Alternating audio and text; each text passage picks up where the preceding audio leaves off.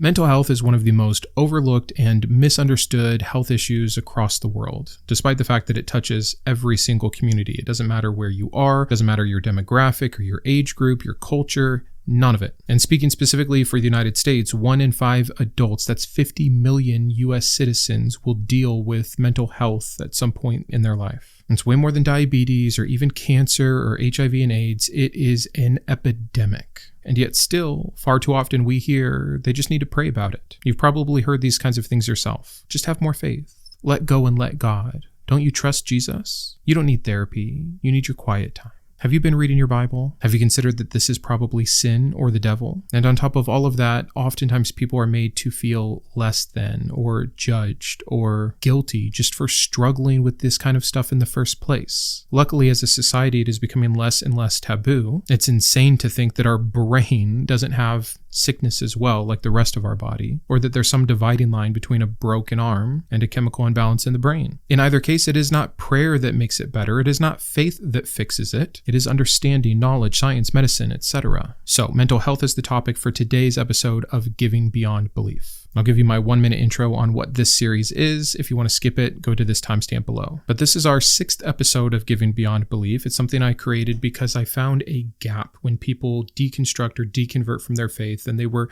used to believing that their thoughts and prayers and tithes and offerings were helping or even doing anything at all. And despite what Christians say, when people leave the faith, they still want to help others. They still have empathy. If they're givers, they still want to give. Oftentimes we see these things increase, but without that building in the middle of town that's telling you what to do once a week with your money, you might not know, or maybe you just don't have the opportunity as much. So once a month, my channel tries to provide that for anyone in this community. I'll cover an issue, we'll talk about the data, the facts, the studies of how this issue is actually affecting real people. Then, and not to dog on religion, but to point out why it's still an issue despite religion, we'll cover what the Bible says and how Christian communities or religious communities try to address it on their own. And then I introduce a charity for you. In this case, it's NAMI, the National Alliance on Mental Illness. It's a wonderful organization that I will tell you about towards the end of the video, but you'll see that you can donate to them off to the right or down below. But of course, and unlike religion, no pressure to give. If you can, wonderful, please do. But if you can't, I've laid out an acronym here of how you can help, and it's PAID. P is for participate, which is what you're doing right now.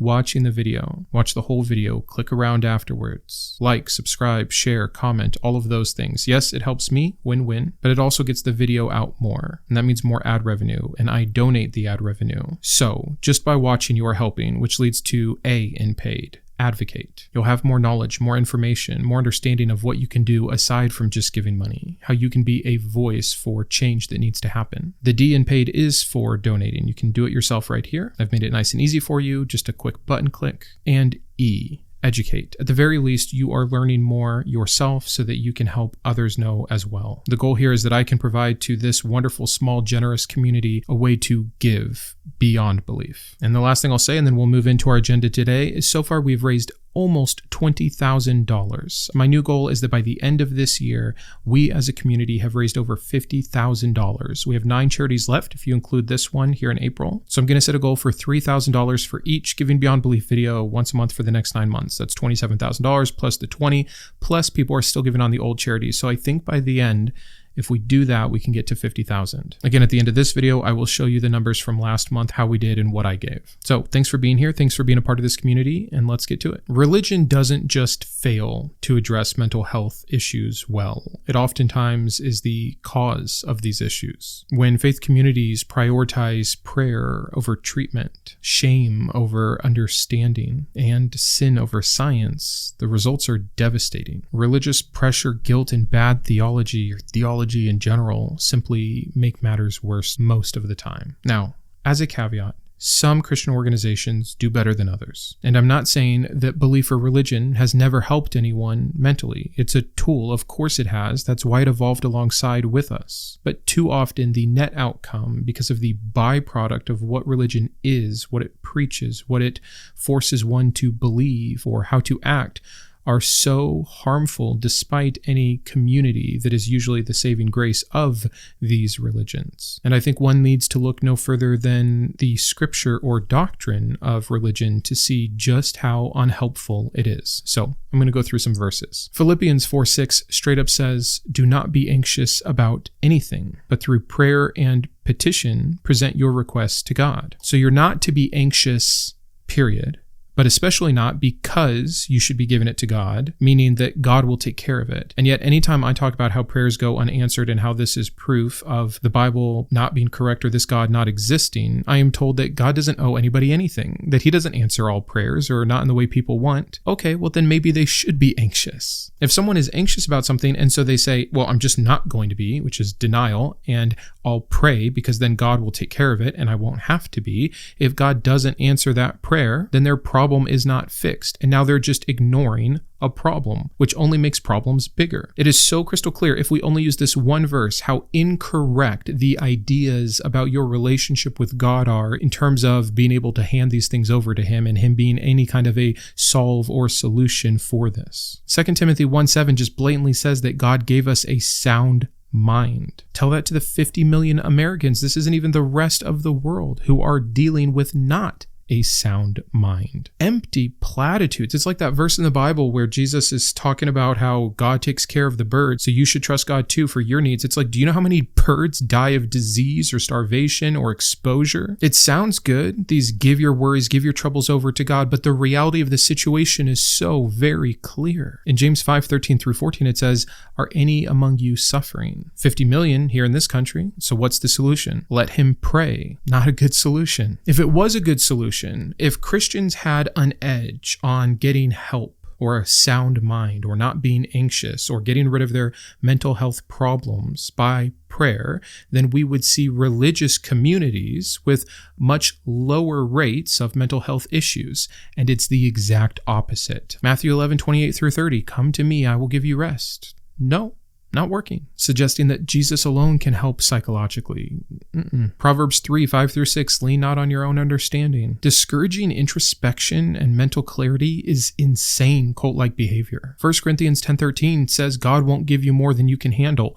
Wrong. Emphatically. Obviously. There is no God up there adjusting the scales, making sure everyone can handle. People can't handle. That's what happens in breakdowns, in severe depressive episodes, in lingering or relapsing mental health issues, in suicide, etc. No. False promises, harmful false promises, because when you read these things, again, like I said earlier, it puts an expectation on you that if you are still unwell, it must be not because God's not doing his side. God's perfect. Of course, he's doing his end of the bargain. You must be doing something wrong.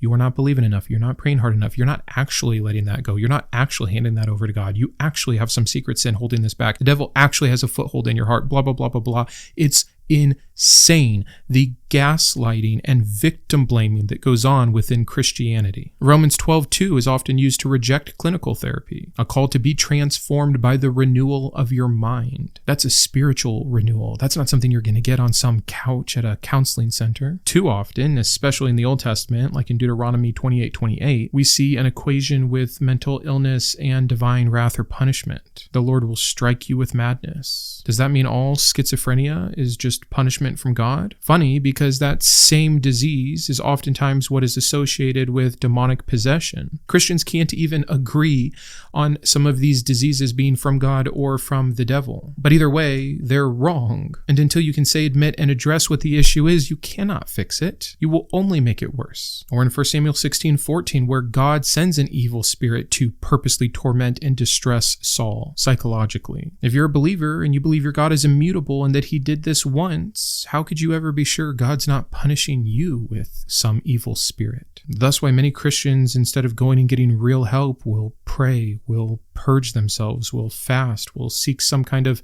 forgiveness or repair with the creator of the universe that's not there. By the way, I've done 2 other videos on mental health issues around religion. You can see both of them here. One focuses on how God needs therapy, and the other on how God is such a bad substitute for therapy. So I go much deeper into the studies, the data, etc. in those. I'll just give you a few few more verses and we'll kind of move on. In Psalm 38, 3-8, we hear the psalmist essentially give up. He says that his guilt has overwhelmed him because of the wrath of God, suggesting that guilt then is what? Righteous and deserved. So much for God also at the same time being the place of rest, of comfort, of peace. A peace that surpasses all understanding, and yet again, heavily Christian societies have the least amount of it. How interesting. Definitely is surpassing understanding because we can't find it. James 1:2-4 has that toxic positivity that has been proved not to be beneficial. We're told to consider it pure joy anytime you experience trials. Now, I'm all for finding contentment and reframing things to properly organize them in your mind correctly so you can move forward in beneficial ways. But this is denial. And that's not good. I could literally give you hundreds more that show that this Bible is not fit, has zero understanding of how the mind actually works, the psychology and neuroscience that we understand now. It is a book of guilt and sin and suppression and denial and false promises. And again, I know there's some good Christian counseling groups out there. I know there are churches that advocate for Christian mental health, but too often those practices, even if they are accompanied with something tangible and applicable like CBT, cognitive behavioral therapy, are still shouting Bible verses at you, are still exploring the spiritual side of the aspect. What a waste, and often so harmful. And the Christian counselors that can leave that behind and focus on the actual science and medicine of it all, well, then they're helping people despite the Bible, not because of it, despite their faith, not because of it. There's this amazing study. It's kind of old at this point, I think 12 years old, but I want to use it because it's done from a Christian neuroscientist, Matthew Stanford. It surveyed hundreds and hundreds of Christians with mental illness, and 41% of them, 4 out of every 10 of them, was told by a church leader that their condition was not a mental illness, but instead that it was a spiritual problem. 1 in 3 were specifically told not to take medicine. This is what I mean by actively harmful, despite whatever benefit there is from religious community. And 25%, 1 in 4, were told to stop seeing their therapist. And then even worse, in high control Christian communities, you have the whole evangelical purity claims and the shaming for trauma victims. So much guilt for those with OCD or intrusive thoughts. But again, the church claims that they help. They talk about their deliverance ministry, which just confuses mental illness with demonic possession, or at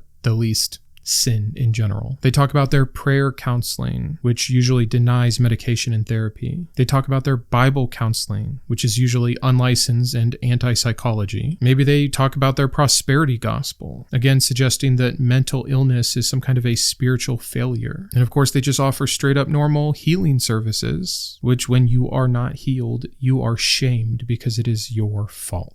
RTS, religious trauma syndrome, is now being studied and explored as a clinical subset of PTSD. Marginalized individuals within these Christian communities are at a much higher rate of depression, anxiety, and suicide. And then you compare these things with the misplaced priorities of the average church, which I've covered in episodes like this. The church is spending millions on building expansions, parking lots, landscaping, utility bills, better musical equipment, sound equipment, light equipment, stained glass, mission trips abroad, yet they don't even have a basic mental health program. I hear over and over that the church is supposed to be a hospital. Wouldn't that be great? Wouldn't it be amazing if people, both physical and emotional, psychological, whatever you want to categorize it, can go to these places and actually receive help? And yet by example, study, data, it is so clear these churches are a business looking for profit unto themselves, with false hope and false healings and fleeting fixes for so many that come believing sincerely but broken. So to kind of close out this section, I want to make it crystal clear how badly religion fails the mentally ill. It replaces treatment, which is needed, with theology. It shames people for feeling pain. That's the truth of it at the end of the day. Mental health issues are people in pain, and they are shamed for it, like it's their fault. Can you imagine if you did that with physical pain? Oh, your shoulder dislocated? What sin do you have in your life? Yeah, I don't think we can pull it back. I know there's a scientific way in understanding how the shoulder works and the joint, so that if we manipulate it like this, it will actually fall back into place and you can do this in the future to prevent it. What if instead they were like, you must not be spending enough time with Jesus? It's the same level of insanity. It blames sufferers for their own conditions. Again, empty platitudes instead of professional support. It stigmatizes medication most of the time. When it doesn't, it just tries to take credit like it was God's plan all along. Sucks for all those people for centuries, if not millennia, that were dealing with these things before someone, not some God, figured out the medicine required to fix it. And worse, it normalizes and sometimes glorifies suffering as sanctification. The truth is, you can pray, fast, worship, and believe until your body breaks. But untreated depression or anxiety or anything else doesn't care about your religion. Real healing requires real help. And real help doesn't start with a verse in the Bible or a pastor's message from the pulpit. It starts with science and support and compassion. So let's move into our next section, what can actually help. At the end of this, we'll introduce NAMI. Mental health used to be a mystery. It's not really a mystery anymore. There's things we don't understand, and of course the brain is an ever-evolving field of science. But we know it's not sin, and we know it's not Satan. It's the result of complex interactions within biology and psychology, between environment and experience, and along with that, we understand what really helps. So here's some proven secular interventions. Now, I bring this one up a lot because it has one of the highest success rates. Some people will still point out, well, that didn't work for me. That made this worse. CBT, cognitive behavioral therapy, is used worldwide, and it has specifically a 60 to 80% success rate for treating depression and anxiety. That's amazing. I'm sorry, truly, for the people that are still struggling after utilizing a tool like this. Nothing is a perfect fix. Nothing works for everyone. People are individuals.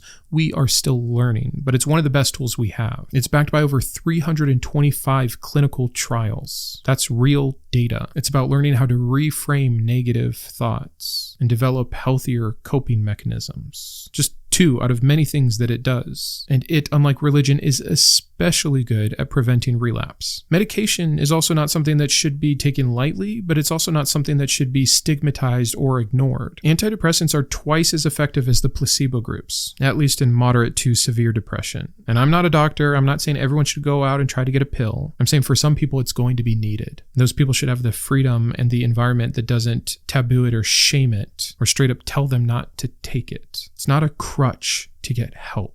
And it is quite literally and very often life-saving. Then you have DBT, dialectical behavioral therapy. This is designed for more severe emotional dysregulation, especially in like borderline personality disorder or something like that. It improves emotional regulation, distress tolerance, and interpersonal skills, all good things. Then you have trauma-informed therapy. The Christians who believe in trauma therapy, by the way, again, amazing how hypocritical. There is nothing in the Bible to indicate an understanding in this. All you have instead is a God that clearly causes trauma deeply for those against him and those supposedly following him. But recognizing that childhood trauma, neglect, and abuse contribute towards long-term mental health harm is so necessary. And it provides safe and non-judgmental spaces to accurately deal with these things and heal. There's group therapy and peer support, which again, you might get from the religious side. It's not the only place you can get it, and again, it's so often tainted with the rest of the things we've covered. But shared experiences do reduce isolation, and isolation is bad for most mental health conditions. And none of this is even to talk about lifestyle interventions, regular exercise, a change in diet, better sleep skills, and then meditation and mindfulness. I mean, so many tools that many people of religion simply don't see, acknowledge, or know about because they're first trying to deal with the sin.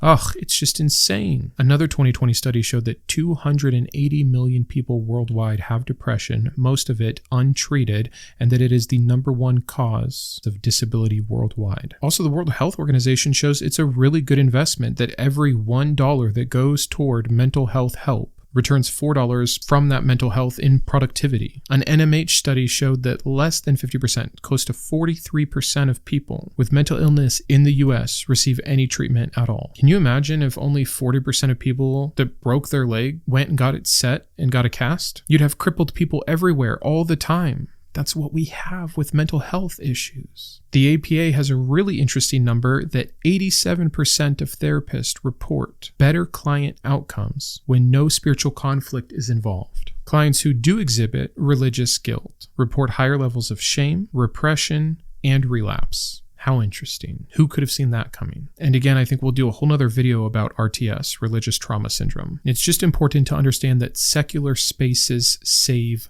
lives. Just in the approach alone, your feelings are valid. You're not broken, you're just hurting. Let's find a way to help.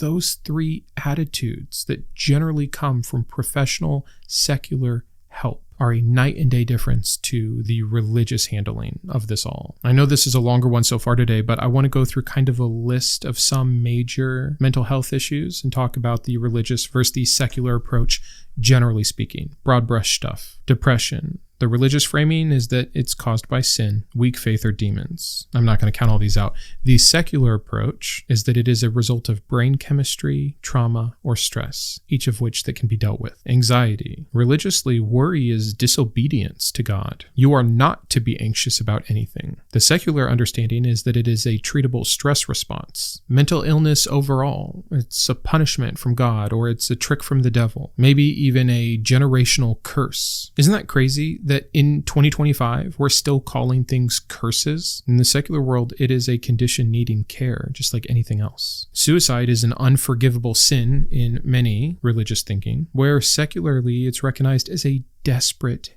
act, needing compassion and intervention. Medication, discouraged and demonized, mostly on the Christian side. Secular says it's often essential and life-saving. Therapy is seen as worldly wisdom and is often rejected or forced to be under the cover of religious therapy, which most of the time is not therapy. Or on the secular side, it is a proven pathway to actual help and recovery. Grief and loss. What can you really say from the Christian standpoint? It's God's will. God has a plan. The secular says, grief is a natural part of life and loss. And it's a process that can be beneficial, that requires space, time, and understanding. Anger or sadness is seen as sin, straight up, or a lack of gratitude to your God. What about valid emotions that sometimes need help to be processed? And again, when we think about mental health, help, the religious side says it must be biblical or Jesus-centered, spiritual, or about sin, as opposed to it must be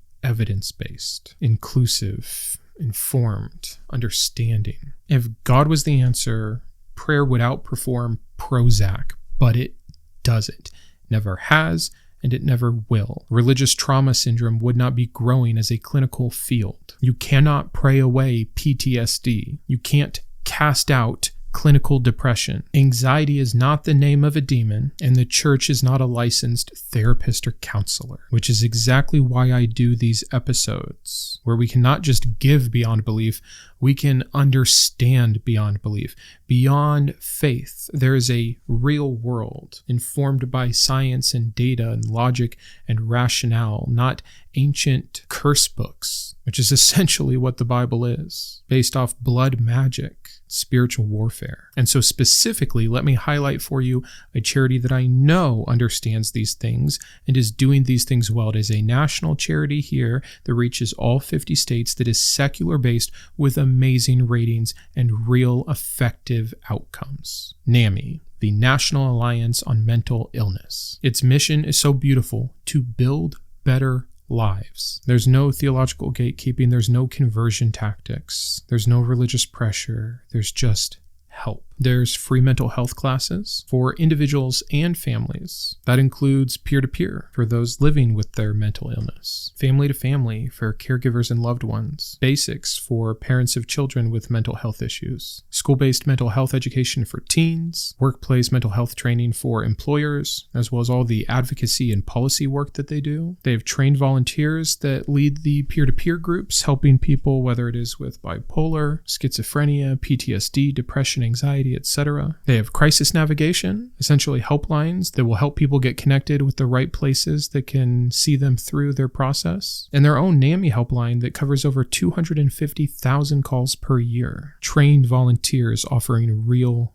resources. There's over 600 local chapters across all 50 states. Millions are reached and served annually. The school programs are in 45 of the 50 states so far. They have BIPOC outreach, LGBTQ+ outreach, veteran support, all kinds, because again, people from all communities, backgrounds, and classes are affected by mental health. This is a global issue. It is a human issue. And it's needed now more than ever, by the way. There are 3 real changes that are happening in policy right now. We have the proposed cuts to Medicaid that will absolutely keep people from getting the mental health help that they need. There's an elimination of public health grants to the tune of $12 billion that, again, will interfere with people getting the help they need. And a restructuring of health agencies with substantial budget cuts, disrupting mental health services. So that advocacy and that replacement from a charity perspective is crucial. So I'm going to quickly tell you where your money will go if you choose to donate, or for when I donate, then we'll cover our results and we'll close out. NAMI has a 4-star rating. That's the highest you get on Charity Navigator for accountability, financial health, and transparency. They do have overhead costs, but they list that, and the vast majority goes straight to programs, education, and outreach. So we'll have a goal today of $3,000 over the next month. And for those of you that would donate only $10,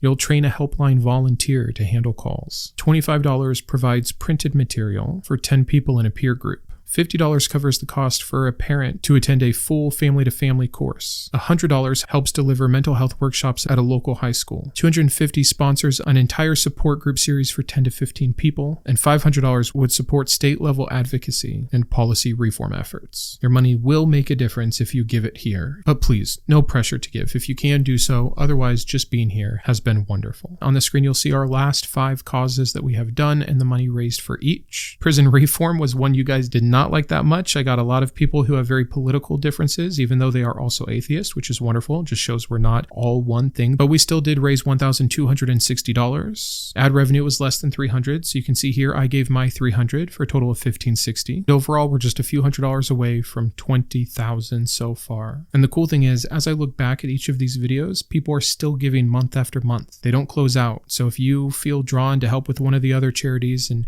it's the first time you're being exposed, go and watch those videos. It still matters, and I still count it up, and it will still help us get to our $50,000 goal for the year. So I'll close out by saying this. Mental illness doesn't wait for Sunday. It doesn't know what church you go to or what God you believe in. But there are real people and real programs who care and that help. So if you're someone struggling with mental health support, you can go to NAMI and see their resources. I'm also going to list some additional resources in the description below. And if you're someone that wants to help, please do one of these 4 things, or all of them. Thanks so much for being here and being a part of this community and helping other people, despite the fact that there is no all-powerful God waiting to reward you because he sees in secret what you do in your heart and with your money. We do this because people matter. We do this because empathy is real. We do this because we can understand what it's like to suffer and that we want to help alleviate that suffering. And because we know that there is no God to do so, and that the religious, even when they try to help, oftentimes make things worse. Thanks for being here. Have a wonderful day. I will see you in a couple days with a new Thinking Thursday episode.